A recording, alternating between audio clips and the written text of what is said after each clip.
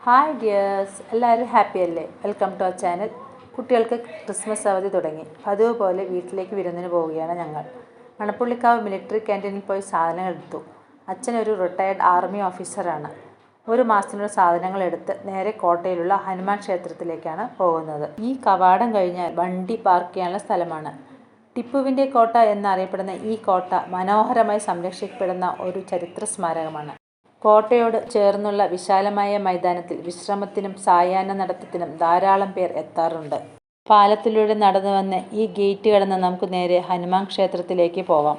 കോട്ടയ്ക്കകത്തുള്ള ഹനുമാന്റെ ക്ഷേത്രം വരെ നമുക്ക് ടിക്കറ്റ് എടുക്കാതെ പോവാം. ഇതാണ് ഹനുമാൻ ക്ഷേത്രത്തിൻ്റെ എൻട്രൻസ്.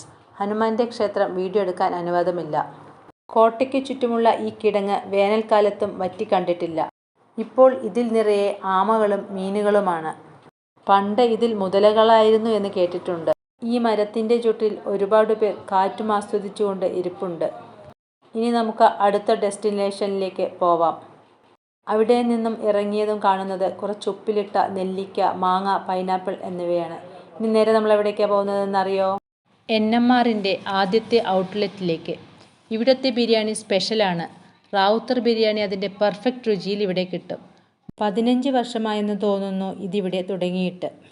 ഇപ്പോൾ അവർക്ക് വേറെയും ഔട്ട്ലെറ്റുകളുണ്ട്. നമ്മൾ അവിടുത്തെ സ്പെഷ്യൽ ബിരിയാണി തന്നെ വാങ്ങിക്കഴിച്ചു. പിന്നെ ഓരോ വീഡിയോയും എടുത്തു. ഈ 2 ബിൽഡിങ്ങുകളിലാണ് ഇവരിവിടെ ആഹാരം കൊടുക്കുന്നത്. ഉച്ച സമയങ്ങളിൽ നല്ല തിരക്കാണ്. അവിടെ നിന്നും ഇറങ്ങി കാറിൽ കയറി.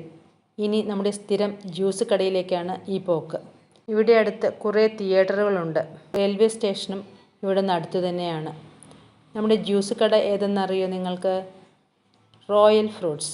ഇവിടെ വലിയൊരു ഗ്ലാസ്സിലാണ് നമുക്ക് ജ്യൂസ് സെർവ് ചെയ്യുന്നത്. വിലയും അധികമില്ല. അഫോർഡബിൾ പ്രൈസിൽ ഇത്രയധികം ജ്യൂസ് തരുന്ന കട വേറെ ഉണ്ടോ എന്ന് ഞങ്ങൾക്കറിയില്ല. ഒരു 3 പേർക്ക് സുഖമായി കുടിക്കാം ഒരു സെർവിങ്, അതും നമുക്ക് അഫോർഡബിൾ ആയിട്ടുള്ള വിലയിൽ. മുന്തിരി, ആപ്പിൾ, ഓറഞ്ച് അങ്ങനെ 2-3 തരത്തിലുള്ള ജ്യൂസ് നമ്മൾ വാങ്ങി. ഈ റോയൽ ഫ്രൂട്ട്സിനടുത്ത് തന്നെ ഒരു എണ്ണക്കടികൾ വിൽക്കുന്ന വേറൊരു കടയും കൂടെയുണ്ട്. അവിടെ നിന്ന് പഴംപൊരിയും വടയും മറ്റും വാങ്ങി. ആവശ്യമുള്ളവർ കഴിച്ചു.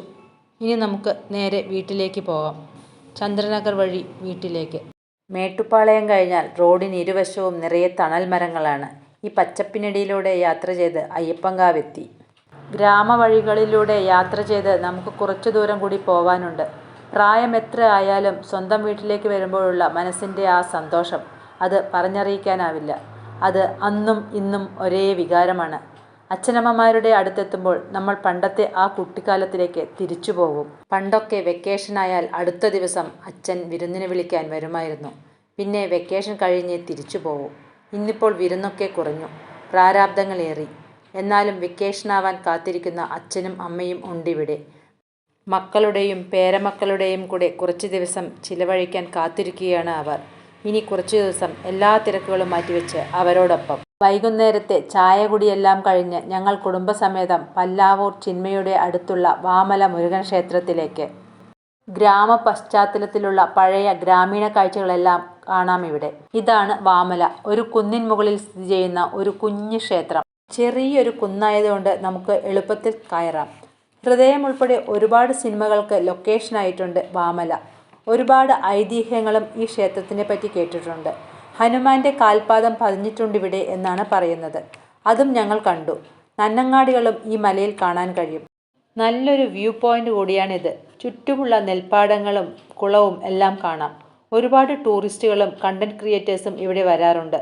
സൂര്യാസ്തമയം കാണാൻ വല്ലാത്തൊരു ഭംഗിയാണ്. പ്രകൃതി സ്നേഹികൾക്കും കവികൾക്കും ഫോട്ടോഗ്രാഫർമാർക്കുമൊക്കെ ഏറെ ഇഷ്ടമുള്ള കാഴ്ചയായിരിക്കും ഇത്. അസ്തമിക്കുന്ന സൂര്യൻ്റെ പശ്ചാത്തലത്തിൽ ഈ ക്ഷേത്രം കാണാൻ എന്തൊരു ഭംഗിയാണ്. ചുവന്ന സൂര്യൻ്റെ അരണ്ട വെളിച്ചത്തിൽ മലയിറങ്ങി ഇനി വീട്ടിലേക്ക്. അതിരാവിലെ കോഴികൾക്ക് തീറ്റ കൊടുക്കുകയാണ് നമ്മുടെ അപ്പു. ഇതേ അടുത്താളും വരുന്നുണ്ട്. നാളെയാണ് ക്രിസ്മസ്. എല്ലാവരും ഒത്തുചേരുമ്പോഴാണ് ആഘോഷമാവുന്നത്. ഞങ്ങളുടെ കുട്ടിക്കാലത്ത് ഇവിടുത്തെ ഒരു ക്ലബ്ബ് ക്രിസ്മസ് കരോൾ കൊണ്ടുവരുമായിരുന്നു. ഗിഫ്റ്റ്സും കൈ നിറയെ മിഠായും കിട്ടിയിരുന്നു. ഇപ്പോൾ നമ്മൾ സ്പീക്കറിൽ പാട്ട് വെച്ച് ഒട്ടും മാറ്റു കുറയാതെ ആഘോഷിക്കും. ഇതാണ് ഞങ്ങളുടെ പിതാശ്രീയും മാതാശ്രീയും. അവരും ഞങ്ങൾക്ക് കട്ടയ്ക്ക് സപ്പോർട്ടാണ്. ഓരോ ആഘോഷങ്ങളും ഞങ്ങൾ ഒന്നിച്ച് അടിച്ച് പൊളിക്കും. അടുത്ത ദിവസം നമ്മൾ തൊടിയിലേക്കൊന്ന് ഇറങ്ങി. പ്ലാവിൽ നിറയെ ചക്കയുണ്ട്. ചക്കയും മാങ്ങയും തേങ്ങയും എല്ലാം ഇവിടെ സുലഭമാണ്. ഈ ചക്കയിൽ നിന്ന് 2 നമുക്ക് വീട്ടിലേക്ക് കൊണ്ടുപോകണം. ഇന്ന് ക്രിസ്മസ് അല്ലേ, കുറച്ച് സ്പെഷ്യലൊക്കെ വേണ്ടേ? ഫിഷ് വാങ്ങിയിട്ടുണ്ട്. കുറച്ചെടുത്ത് വറുത്തു, കുറച്ചെടുത്ത് കറിയും വെച്ചു. എല്ലാവരും ഒന്നിച്ചിരുന്ന് ഭക്ഷണം കഴിച്ച് കേക്ക് മുറിച്ച് ഇനി സ്വന്തം വീട്ടിലേക്ക്. ഇടയ്ക്കൊക്കെ വരുമെങ്കിലും താമസിക്കാറില്ല. വെക്കേഷൻ സമയത്ത് മാത്രമേ നമുക്ക് താമസിക്കാൻ സാധിക്കാറുള്ളൂ. ഇനിയിപ്പം വീട്ടിൽ പോയി ഭക്ഷണം വയ്ക്കാനൊന്നും വയ്യ. അപ്പോൾ അടുത്തുള്ളൊരു ഹോട്ടലിൽ കയറി ബൺ പൊറോട്ടയും ചിക്കൻ കറിയും ബീഫ് ഫ്രൈയും പാർസൽ ചെയ്തു. കൊത്തു പൊറോട്ട ഉണ്ടാക്കുന്ന വീഡിയോയും എടുത്തു.